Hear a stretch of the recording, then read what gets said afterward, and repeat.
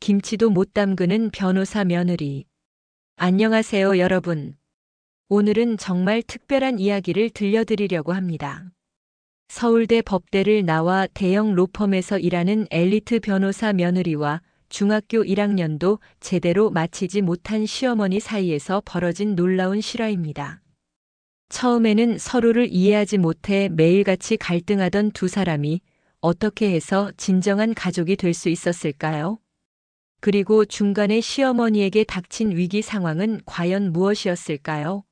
마지막까지 들으시면 여러분도 깜짝 놀라실 겁니다. 그럼 지금부터 시작해 보겠습니다. 제 이름은 이지연입니다. 31살이고요. 대형 법무법인에서 변호사로 일하고 있습니다. 서울대 법대를 나와서 사법고시에 합격한 후 줄곧 기업법무 일을 해왔습니다. 하루 종일 복잡한 속무 사건들을 다루다 보니 성격도 좀 까칠해진 것 같아요. 그런 제가 남편 동혁을 만난 건 정말 우연이었습니다. 회사에서 중소기업 자문 업무를 하다가 만났거든요. 동혁은 전문대를 나와서 회계사로 일하고 있었는데 처음 만났을 때부터 참 따뜻한 사람이라는 느낌이 들었습니다. 지연 씨, 오늘도 야근이세요? 동혁은 늘 이렇게 따뜻하게 말을 걸어주었어요. 제가 아무리 까칠하게 굴어도 실은 내색 한 번 하지 않고 포용해주는 그런 사람이었습니다. 그래서 저도 모르게 마음을 열게 되었고 결국 결혼까지 하게 되었죠. 하지만 처음 시어머니를 만났을 때부터 뭔가 분위기가 이상했습니다. 어머니, 제가 동혁 오빠의 약혼자 이지연입니다. 시어머니 최말순 씨는 저를 위아래로 훑어보시더니 이렇게 말씀하셨어요. 우리 동혁이가 정말 변호사랑 결혼한다고? 진짜야? 목소리에 믿기지 않는다는 뉘앙스가 가득했습니다. 저는 그때는 그냥 놀라서 그러신 줄 알았어요. 하지만 지금 생각해보면 시어머니는 속으로 변호사가 우리 같은 집에 시집 올 리가 없다고 생각하고 계셨던 것 같습니다.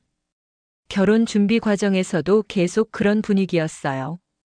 동혁아, 그 애가 정말 변호사 맞나? 변호사 자격증 한번 보여달라고 해봐. 동혁이 난처해하는 모습을 보니 제 마음도 참 불편했습니다. 하지만 새로 시작하는 결혼 생활이니까 이해하려고 노력했어요. 결혼식 당날까지도 시어머니는 계속 중얼거리셨습니다. 진짜 변호사가 맞나 몰라. 우리 동혁이 속이는 거 아니겠지? 하객들 앞에서도 이런 말씀을 하시니 저는 정말 당황스러웠습니다. 동혁은 옆에서 어머니 그만하세요. 라고 말렸지만 시어머니의 의심 섞인 눈빛은 바뀌지 않았어요. 그날 저는 웨딩드레스를 입고 서 있으면서도 마음 한편이 무거웠습니다. 앞으로 어떻게 될까 하는 불안감이 밀려왔거든요. 하지만 동혁의 따뜻한 손을 잡으니 다시 용기가 생겼습니다. 지연아, 우리 잘해보자. 동혁의 말에 저도 고개를 끄덕였어요. 그때는 앞으로 어떤 일들이 벌어질지 전혀 예상하지 못했습니다. 결혼식이 끝나고 시댁으로 첫 인사를 드리러 갔을 때도 시어머니의 태도는 여전했습니다. 제가 가져간 선물을 받으시면서도 이런 거 안 사와도 되는데. 라고 말씀하셨지만 표정은 영 못마땅해 보이셨어요. 그날 밤 동혁과 대화를 나누면서 저는 솔직한 마음을 털어놓았습니다. 동혁 오빠 어머니가 저를 좀 싫어하시는 것 같아요. 그런 게 아니야. 어머니는 원래 낯가림이 심하셔. 동혁은 위로해 주려고 했지만 저는 이미 느끼고 있었어요. 이건 단순한 낯가림이 아니라는 걸 말이에요. 시어머니 눈빛에서 뭔가 다른 감정을 읽을 수 있었거든요. 의심과 경계심 그리고 뭔지 모를 불편함이 섞여 있었습니다. 하지만 그때는 시간이 지나면 좋아질 거라고 생각했어요. 제가 얼마나 순진했는지 지금은 알겠지만 그때는 정말 그렇게 믿었습니다. 결혼 후 한 달 정도 지났을 때 저는 시어머니에 대해 좀 더 자세히 알게 되었습니다. 동혁을 통해 들은 이야기였는데 시어머니는 어린 시절 가난 때문에 중학교 1학년도 제대로 마치지 못하셨다고 하더라고요. 어머니가 평생 그 일로 한이 맺혀 계셔. 공부를 더 하고 싶으셨는데 집안 형편상 어쩔 수 없었던 거야. 동혁의 설명을 듣고 나니 시어머니를 조금은 이해할 수 있었어요. 평생 막리를 하면서 아들 뒷바라지를 하셨을 시어머니의 마음이 어땠을까 싶었거든요. 하지만 이해하는 것과 실제로 겪는 것은 완전히 달랐습니다. 어느 날 시댁에 갔는데 옆집 아주머니 윤미자 씨가 와 계셨어요. 어머님, 변호사 며느리 두고 얼마나 좋으세요? 우리 동네에서 제일 잘 사시는 거 아니에요? 윤미자 씨의 말에 시어머니 표정이 확 굳어지는 게 보였어요. 뭐가 좋아. 공부만 했지 사람 구실을 못해. 목소리가 갑자기 높아졌습니다. 저는 안방에서 이 대화를 듣고 있었는데 가슴이 쿵 내려앉았어요. 그래도 변호사잖아요. 우리 같은 사람들은 꿈도 못 꾸는 일이에요. 윤미자 씨가 또 이렇게 말하자 시어머니는 더욱 화를 내셨습니다. 변호사가 뭐 대단해. 김치도 제대로 못 담그면서. 그날 밤 동혁과 이야기를 나누면서 저는 정말 속상했어요. 오빠 어머니가 저를 정말 싫어하시는 것 같아요. 지연아, 어머니는 원래 그런 분이 아니야. 아마 뭔가 부담을 느끼고 계시는 것 같아. 동혁은 어머니를 감싸려고 했지만 저는 이미 느끼고 있었어요. 시어머니의 반응이 단순한 부담감이 아니라는 걸 말이에요. 며칠 후에 또 시댁에 갔을 때 시어머니는 더욱 노골적으로 말씀하셨어요. 지연이 너 서울대 나왔다며? 그럼 뭐든지 다 잘하겠네. 말끝에 비꼬는 듯한 톤이 묻어났어요. 저는 최대한 공손하게 대답하려고 했습니다. 어머니, 저도 모르는 게 너무 많아요. 특히 살림 같은 건 정말 서툴러요. 그럼 대학에서 뭘 배웠다는 거야? 쓸데없는 것만 배우고. 시어머니의 말씀을 들으니 마음이 아팠어요. 제가 열심히 공부한 것들이 쓸데없다고 하시니까요. 그때부터 시어머니는 제 앞에서 자주 이런 말씀을 하셨습니다. 요즘 애들은 공부만 하고 자라서 실속이 없어. 우리 때는 공부 못해도 손재주라도 있었는데. 저는 그럴 때마다 맞습니다. 어머니라고 대답했지만 속으로는 정말 서러웠어요. 특히 다른 사람들이 와 있을 때 더 심했습니다. 윤미자 씨가 올 때마다 시어머니는 저에 대한 불만을 쏟아내셨어요. 지연이가 변호사라고 하는데 정말 아무것도 못해. 계란말이도 제대로 못 말아. 요즘 고학력 며느리들은 다 그런가 봐요. 머리로만 사는 사람들이에요. 윤미자 씨의 맞장구가 이어지면 저는 정말 견디기 어려웠어요. 하지만 새댁이니까 참아야 한다고 생각했습니다. 어느 날은 시어머니가 이런 말씀도 하셨어요. 내가 배운 게 없어서 우리 동혁이가 고생했는데 이제는 며느리 때문에 또 고생하게 생겼네. 그 말을 듣는 순간 눈물이 났어요. 제가 동혁에게 짐이 되고 있다는 생각이 들었거든요. 그날 밤 저는 혼자 많은 생각을 했습니다. 시어머니의 마음도 이해가 가면서도 동시에 제 자존심도 많이 상했어요. 제가 평생 노력해온 것들이 이렇게 평가절하되는 게 너무 억울했거든요. 결혼한 지 2달쯤 되었을 때 시어머니는 제 생활력 부족을 본격적으로 문제 삼기 시작하셨어요. 사실 저는 어릴 때부터 공부에만 매달려서 집안일은 정말 서툴렀거든요. 첫 번째 시련은 김치 담그기였습니다. 지연아, 이제 시집 온 지 좀 됐으니까 김치 담그는 법을 배워야지. 시어머니가 저를 부르셔서 부엌으로 갔을 때 저는 이미 긴장되기 시작했어요. 김치 담그기는 정말 한 번도 해본 적이 없었거든요. 배추 절이는 거부터 해봐. 시어머니 지시에 따라 배추에 소금을 뿌리기 시작했는데 양을 제대로 조절하지 못했어요. 어떤 곳은 너무 짜고 어떤 곳은 싱거웠죠. 아이고, 이렇게 하면 어떻게 해. 배추가 다 못 쓰게 됐잖아. 시어머니의 목소리가 높아졌어요. 저는 당황해서 죄송합니다. 다시 해볼게요 라고 했지만 시어머니는 계속 한숨을 쉬셨습니다. 변호사가 뭐 대단해. 김치도 제대로 못 담그면서. 그때 마침 옆집 윤미자 씨가 들어오셨어요. 어머, 지연 씨가 김치 담그는 거 배우는구나. 어때요? 잘해요? 시어머니는 고개를 절레절레 흔드셨습니다.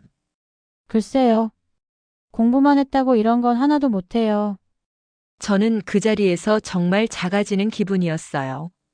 김치 담그기 하나 제대로 못한다고 이렇게 창피를 당하다니. 며칠 후에는 바느질 시간이었어요. 동혁의 셔츠 단추가 떨어져서 달아달라고 하셨는데 저는 바늘에 실 끼우는 것도 제대로 못했어요. 지연아, 이것도 못해? 시어머니가 보다 못해서 직접 하시면서 계속 말씀하셨어요. 요즘 며느리들은 정말 아무것도 못하네. 우리 때는 바느질 정도는 기본이었는데.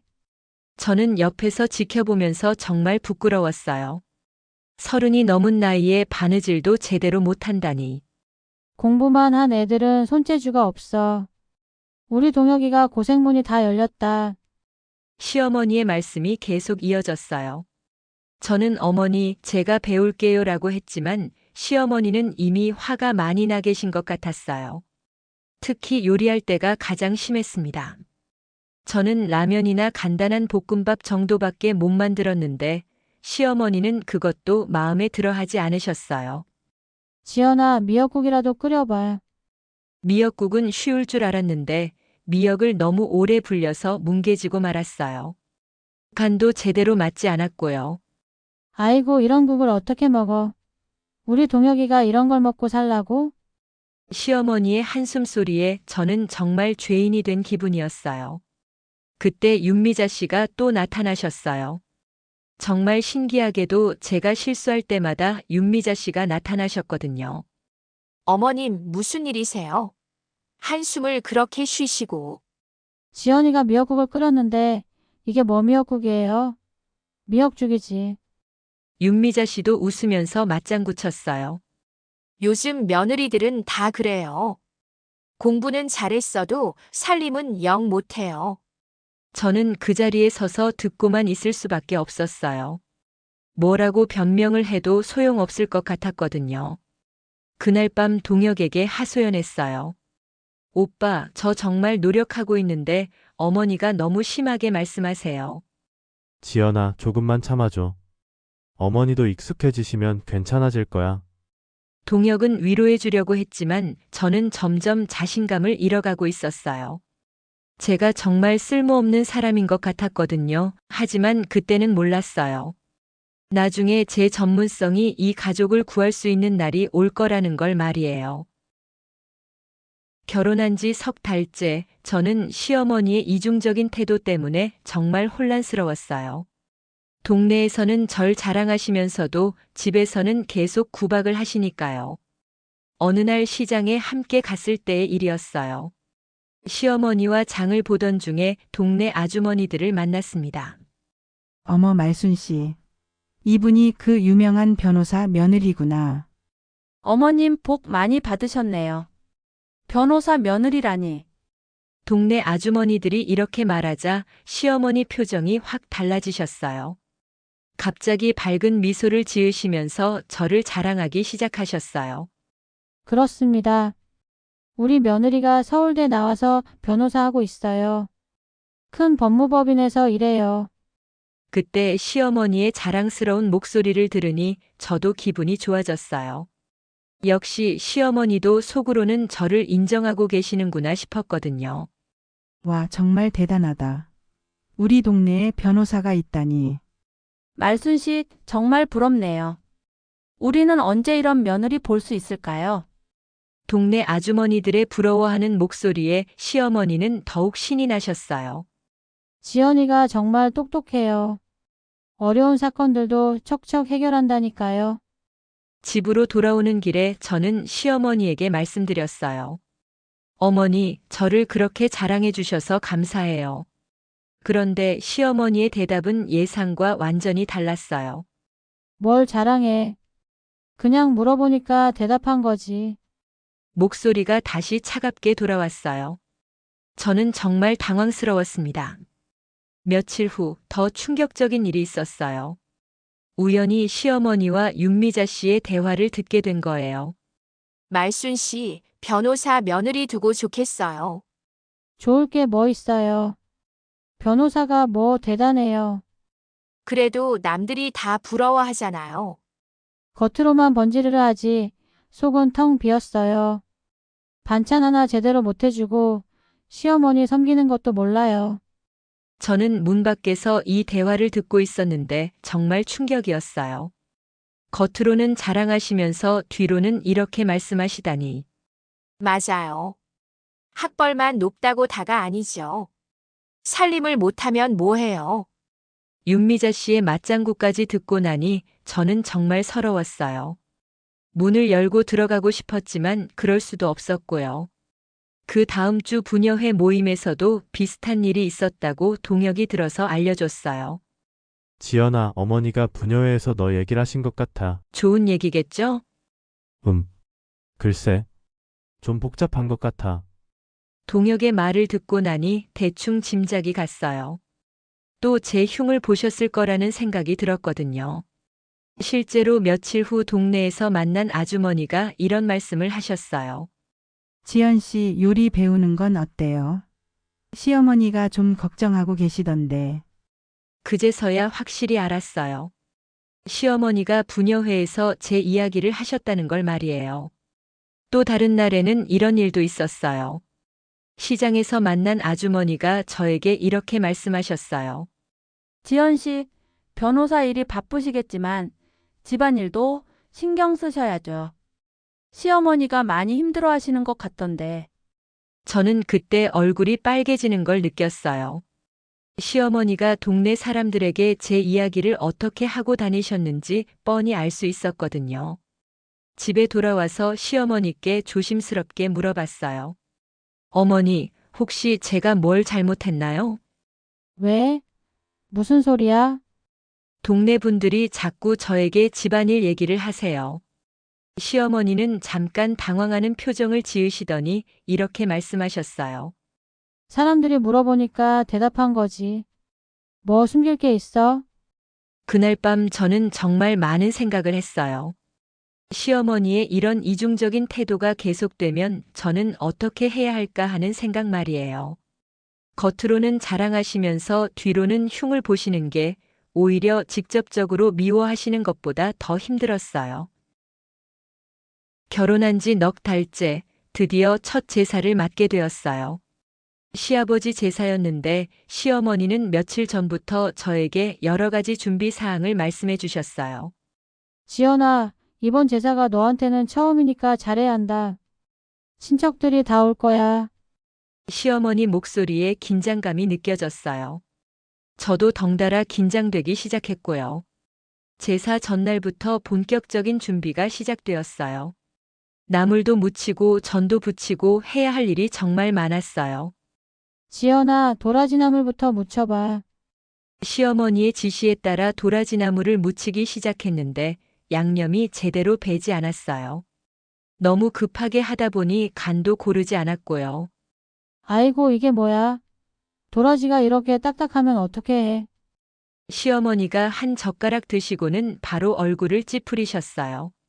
죄송해요, 어머니. 다시 해볼게요. 다시는 무슨 시간이 어디 있어? 내가 다시 해야겠네. 시어머니가 직접 나서서 다시 하시는 모습을 보니 저는 정말 죄송했어요. 그 다음은 전 부치기였어요. 동그랑땡이라도 제대로 해보려고 했는데 기름 온도를 잘못 맞춰서 겉만 타고 속은 안 익었어요. 아이고, 이것도 못해. 변호사가 뭐 대단해.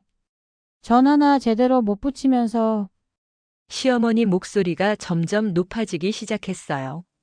저는 당황해서 계속 사과드렸지만 상황은 더 나빠질 뿐이었어요. 제사 당일 친척들이 하나둘 모이기 시작했어요. 큰아버님, 작은아버님, 그리고 시누이들까지. 모든 시선이 저에게 집중되는 것 같았어요. 어머, 이분이 그 유명한 변호사 며느리구나. 서울대 나왔다며? 정말 똑똑해 보인다. 친척들의 첫인사는 좋았어요. 하지만 시어머니 표정은 점점 어두워지고 있었어요. 제사 음식을 차리는 시간이 되었어요. 저는 최선을 다해서 도와드리려고 했는데 실수가 계속 이어졌어요. 지연아, 나물 그릇 좀 가져와. 어느 그릇이요, 어머니? 아이고, 그것도 모르고 제사 그릇이 따로 있는 거 모르나? 시어머니가 친척들 앞에서 큰 소리를 내시니 저는 얼굴이 빨개졌어요. 큰아버님이 옆에서 말씀하셨어요. 말순아, 처음이니까 모를 수도 있지.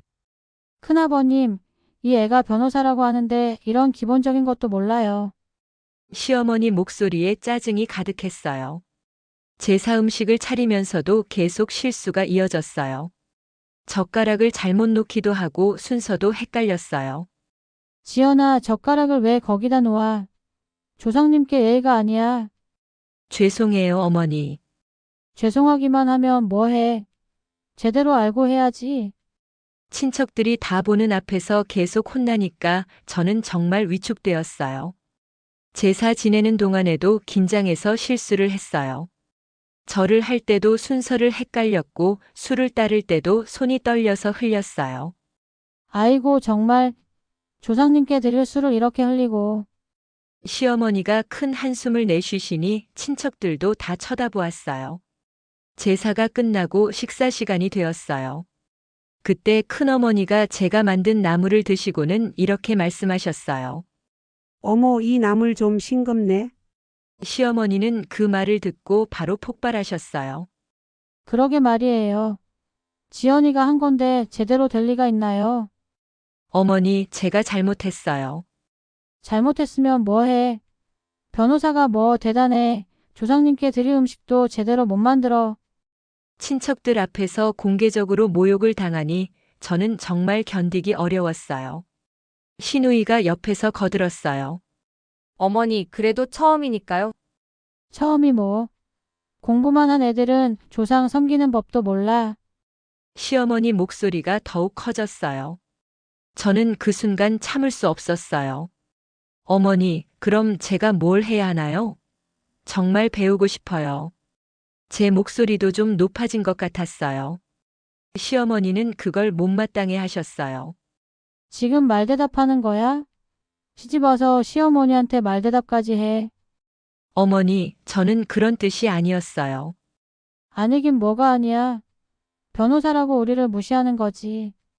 친척들이 모두 보는 앞에서 이런 일이 벌어지니 저는 정말 창피하고 억울했어요. 큰아버님이 중재하려고 하셨어요. 말순아, 좀 그만해. 애가 노력하고 있잖아. 큰아버님, 이 애가 우리 가문을 무시해요. 자기가 변호사라고. 시어머니는 멈출 기색이 없었어요. 그날 밤 친척들이 모두 돌아간 후에 저는 동혁과 이야기를 나눴어요. 오빠, 저 정말 최선을 다했는데 어머니가 너무 심하게 하세요. 지연아, 미안해. 어머니가 좀 예민하셔. 예민한 정도가 아니에요. 친척들 앞에서 저를 그렇게 모욕하시면 어떻게 해요? 동혁도 난처해했어요. 어머니와 아내 사이에서 어떻게 해야 할지 모르겠다는 표정이었어요. 지연아, 조금만 더 참아줘. 시간이 지나면 괜찮아질 거야. 하지만 저는 이미 한계에 다다른 상태였어요. 이런 식으로는 더 이상 견딜 수 없을 것 같았거든요. 그날 밤 저는 잠을 이루지 못했어요. 계속 제사 때 일이 머릿속에 맴돌았어요. 시어머니의 그 모욕적인 말들, 친척들의 시선들. 정말 견디기 어려웠어요. 하지만 그때는 몰랐어요. 바로 다음 날 모든 걸 바꿀 수 있는 기회가 올 거라는 걸 말이에요. 제사 다음 날 아침이었어요. 저는 어제 일 때문에 마음이 무거웠는데 갑자기 동혁이 급하게 전화를 걸어왔어요. 지연아, 큰일 났어. 어머니한테 고소장이 날아왔어. 뭐라고 고소장이요? 저는 깜짝 놀라서 벌떡 일어났어요. 무슨 일인지 전혀 예상할 수 없었거든요. 어머니 반찬 가게 손님이 식중독에 걸렸다고 하면서 손해배상 청구를 한 거야. 금액도 엄청나. 동혁 목소리에서 당황스러움이 그대로 느껴졌어요. 오빠, 지금 어머니 상태는 어떠세요? 완전히 패닉 상태야. 울고 계셔. 지연아, 어떻게 하지? 저는 바로 시댁으로 향했어요. 어제 그렇게 심한 말씀을 하신 시어머니였지만 이런 위기 상황에서 그냥 둘 수는 없었거든요. 시댁에 도착하니 시어머니가 방에서 우시고 계셨어요. 손에는 고소장을 들고 계셨는데 종이가 눈물로 젖어 있었어요. 어머니, 괜찮으세요? 제가 조심스럽게 말을 걸었지만 시어머니는 고개도 들지 않으셨어요. 지연아, 어떻게 하지? 이 돈을 어떻게 마련해? 우리 가게 다 팔아도 부족해. 시어머니 목소리가 떨리고 있었어요. 평소 그렇게 강하시던 분이 이렇게 약해 보이시니까 저도 마음이 아팠어요. 어머니, 고소장 좀 보여주세요. 저는 조심스럽게 고소장을 받아봤어요. 내용을 읽어보니 뭔가 이상했어요. 원고가 주장하는 내용이 너무 과장되어 있었고 의학적 근거도 부족해 보였어요. 무엇보다 손해배상 금액이 터무니없이 컸어요. 어머니, 이 손님이 정확히 언제 가게에 오셨어요? 지난주 화요일이었어. 김치찌개를 시켜 먹었다고 했는데 다른 손님들은 어땠어요? 같은 음식을 먹은 사람 중에 아픈 사람이 또 있나요? 아니야, 전혀 없어. 오히려 그날 김치찌개가 맛있다고 칭찬하는 손님들이 많았어. 저는 점점 확신이 들기 시작했어요. 이건 무리한 요구일 가능성이 높다는 생각이 들었거든요. 어머니, 걱정하지 마세요. 제가 한번 살펴볼게요. 지연아, 너한테 미안해서 어떻게 부탁을 해. 어제 내가 그렇게 했는데 시어머니가 눈물을 흘리시면서 말씀하셨어요. 저는 그 순간 마음이 뭉클해졌어요. 어머니, 그런 말씀 마세요. 우리 가족 일인데요. 그날부터 저는 본격적으로 사건을 조사하기 시작했어요. 우선 원고가 주장하는 식중독의 원인을 파악해야 했어요. 의료 기록을 요청해서 살펴보니 더욱 의심스러운 부분들이 발견되었어요. 식중독 증상이 나타난 시기와 음식 섭취 시기가 맞지 않았어요. 또한 원고가 같은 시기에 다른 식당에서도 음식을 먹었다는 사실을 알게 되었어요. 그런데 이 부분은 고소장에 전혀 언급되어 있지 않았어요. 동혁 오빠, 어머니 가게 CCTV는 있어요? 응, 있어. 왜? 혹시 그날 영상 남아 있나요? 다행히 CCTV 영상이 남아 있었어요. 영상을 확인해 보니 원고의 주장과 다른 부분들이 여러 개 발견되었어요. 원고는 고소장에서 김치찌개가 상해서 냄새가 났다고 주장했는데 CCTV에서는 맛있게 다 먹는 모습이 찍혀 있었어요. 저는 더 자세한 조사를 위해 보건소에도 연락했어요.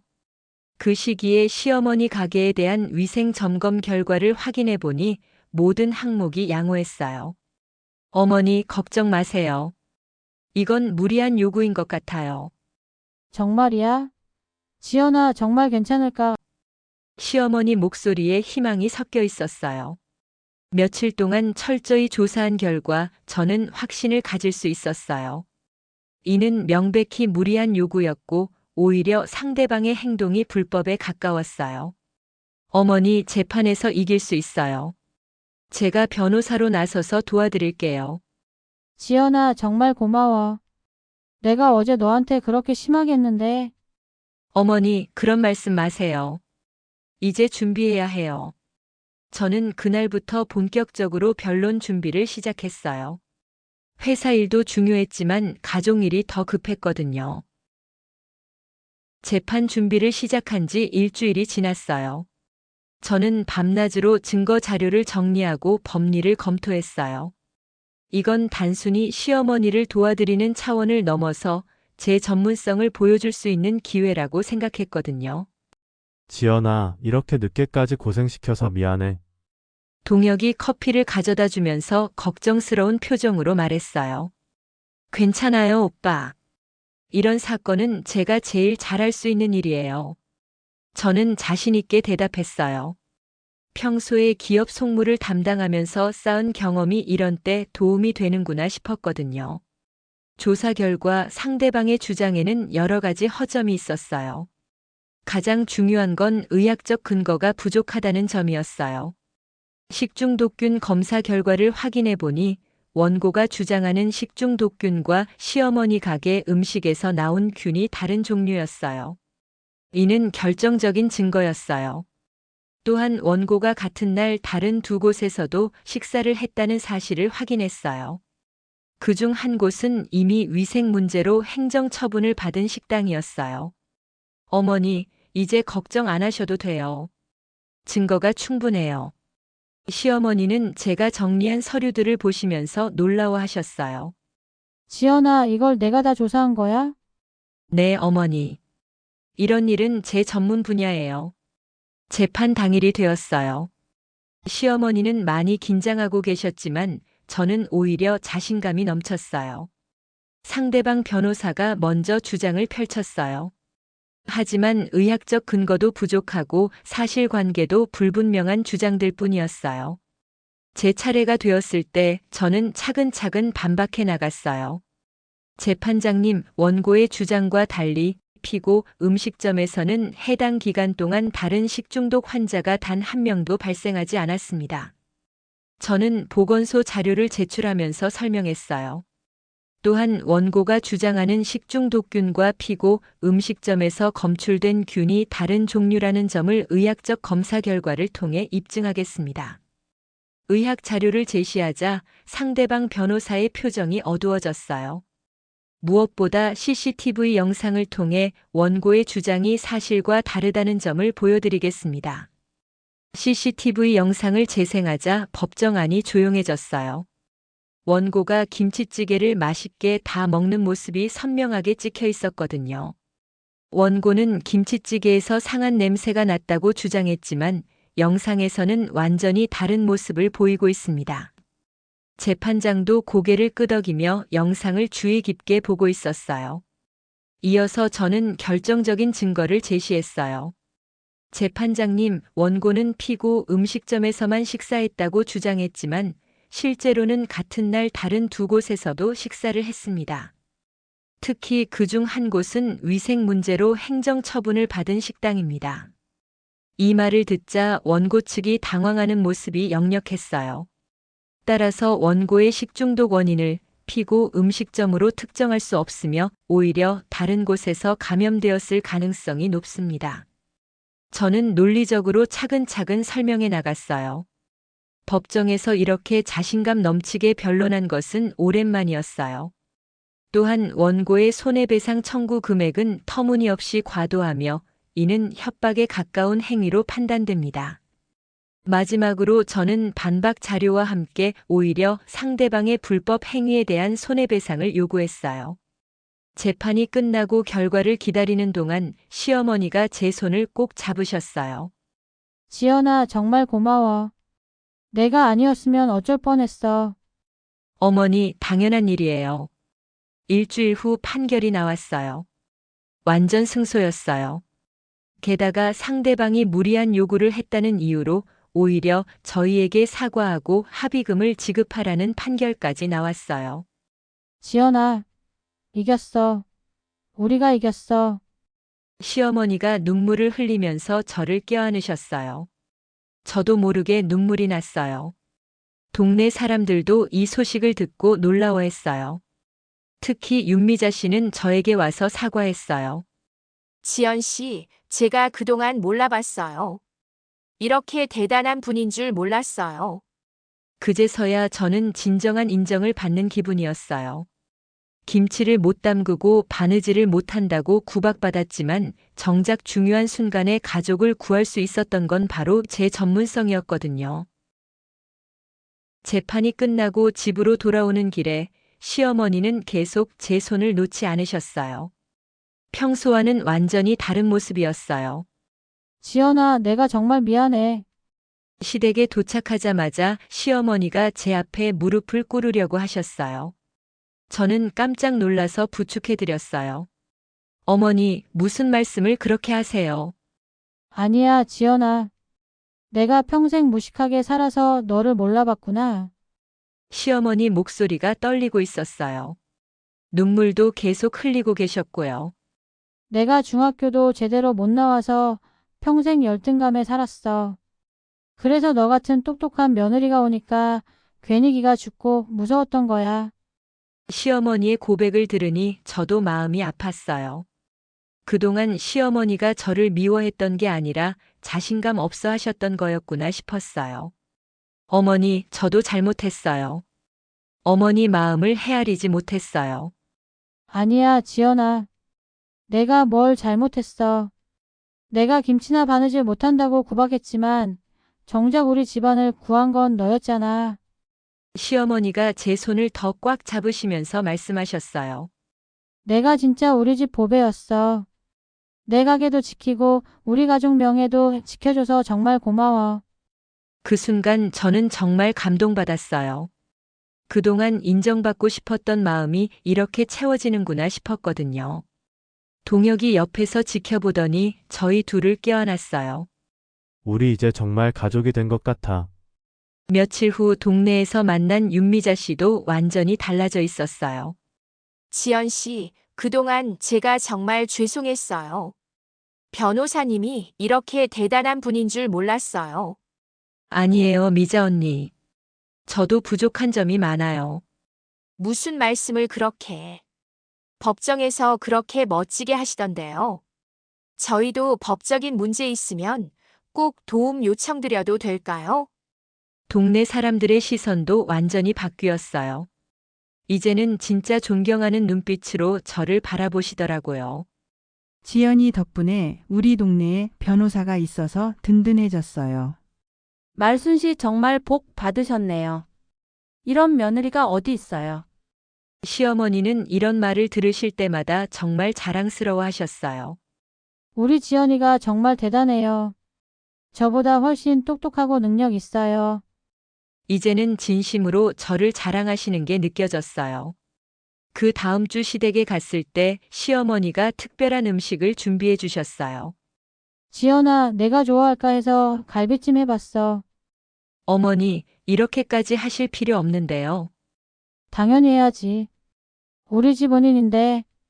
시어머니와 함께 밥을 먹으면서 많은 이야기를 나누었어요. 지연아, 앞으로는 서로 이해하고 지내자. 내가 살림 가르쳐 줄 테니까 너는 어려운 일 있을 때 도와줘. 네, 어머니. 저도 배우고 싶었어요. 그날부터 시어머니와의 관계가 완전히 달라졌어요.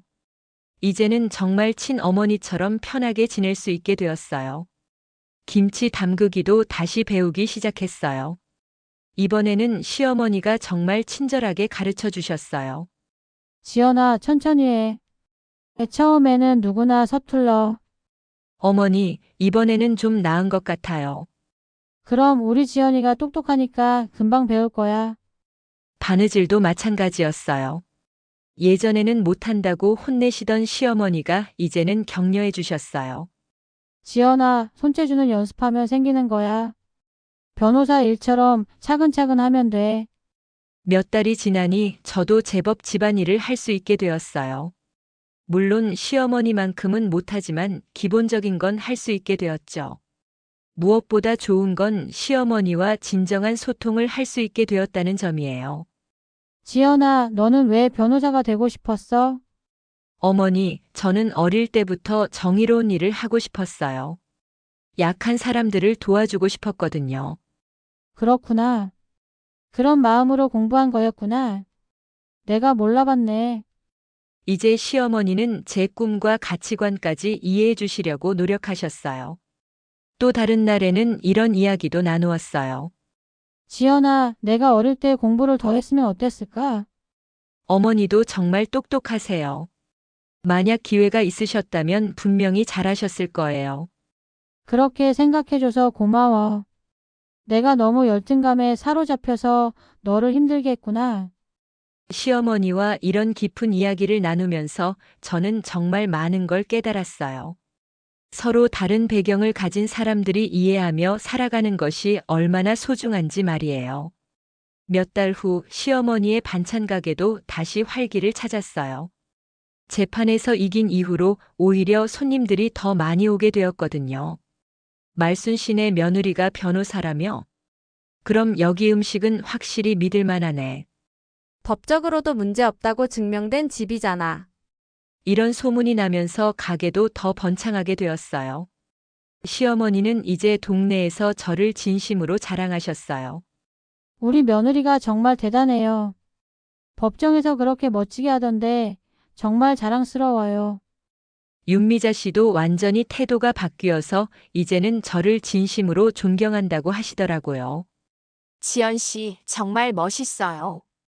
저희 딸도 지연 씨처럼 키우고 싶어요. 동혁도 이런 변화를 보면서 정말 기뻐했어요. 지연아, 이제 정말 우리 집이 평화로워졌어. 고마워. 오빠, 저도 많이 배웠어요. 어머니가 얼마나 힘든 삶을 사셨는지 이제야 알겠어요. 그로부터 1년이 지난 지금 저와 시어머니는 정말 친한 모녀 사이가 되었어요. 김치도 이제 제법 담글 수 있게 되었고 바느질도 기본은 할 수 있어요. 더 중요한 건 서로를 진정으로 이해하게 되었다는 점이에요. 시어머니는 제 전문성을 인정해 주시고 저는 시어머니의 인생 경험을 존경하게 되었어요. 지연아, 너 같은 며느리를 둬서 정말 행복해. 어머니, 저도 어머니를 만나서 정말 많이 배웠어요. 이제 시댁에 가는 것이 전혀 부담스럽지 않아요. 오히려 기다려지기까지 해요. 가끔 시어머니가 이런 말씀을 하세요. 지연아, 처음에는 내가 무서웠어. 나보다 훨씬 똑똑하고 배운 게 많으니까. 그런데 지금은 내가 있어서 든든해. 어머니, 저도 처음에는 어머니가 저를 싫어하시는 줄 알았어요. 하지만 지금은 정말 친어머니 같으세요. 우리는 서로 다른 배경에서 자랐지만 결국 같은 가족이라는 마음으로 하나가 될 수 있었어요. 여러분 어떠셨나요? 처음에는 서로를 이해하지 못해서 갈등만 계속되던 변호사 며느리와 중졸 시어머니가 위기 상황을 통해 진정한 가족이 되는 이야기였습니다. 이 이야기를 통해 우리가 배울 수 있는 것은 무엇일까요? 첫째, 학력이나 배경이 다르다고 해서 서로를 무시하면 안 된다는 점입니다. 지연의 전문성도 소중하고 시어머니의 인생 경험도 똑같이 소중합니다. 둘째, 진정한 소통은 위기를 통해 이루어질 수 있다는 점입니다. 평소에는 서로를 이해하지 못했지만 어려운 상황에서 서로 도우면서 마음을 열게 되었죠. 셋째, 편견을 버리고 상대방을 있는 그대로 인정하는 것이 얼마나 중요한지 알 수 있습니다. 시어머니는 학력 콤플렉스 때문에 지연을 힘들게 했지만 결국 지연의 진정한 가치를 인정하게 되었어요. 지연도 시어머니의 힘든 삶을 이해하면서 존경하게 되었고요. 가족이라는 건 혈연 관계만으로 되는 게 아니라 서로를 이해하고 사랑하는 마음으로 만들어지는 것 같습니다. 여러분은 이 이야기를 어떻게 보셨나요? 혹시 여러분 주변에도 이런 비슷한 경험이 있으셨나요?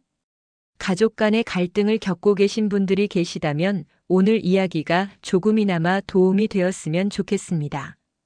서로 다른 배경을 가진 사람들이 함께 어울려 살아가는 것, 그리고 편견을 버리고 상대방을 인정하는 것이 얼마나 아름다운 일인지 다시 한번 생각해 보게 되는 이야기였습니다. 여러분의 생각은 어떠신지 댓글로 들려주세요. 그리고 이런 감동적인 이야기가 더 듣고 싶으시다면 구독과 좋아요도 꾹 눌러주시길 부탁드립니다. 다음에도 더 좋은 이야기로 찾아뵙겠습니다. 감사합니다.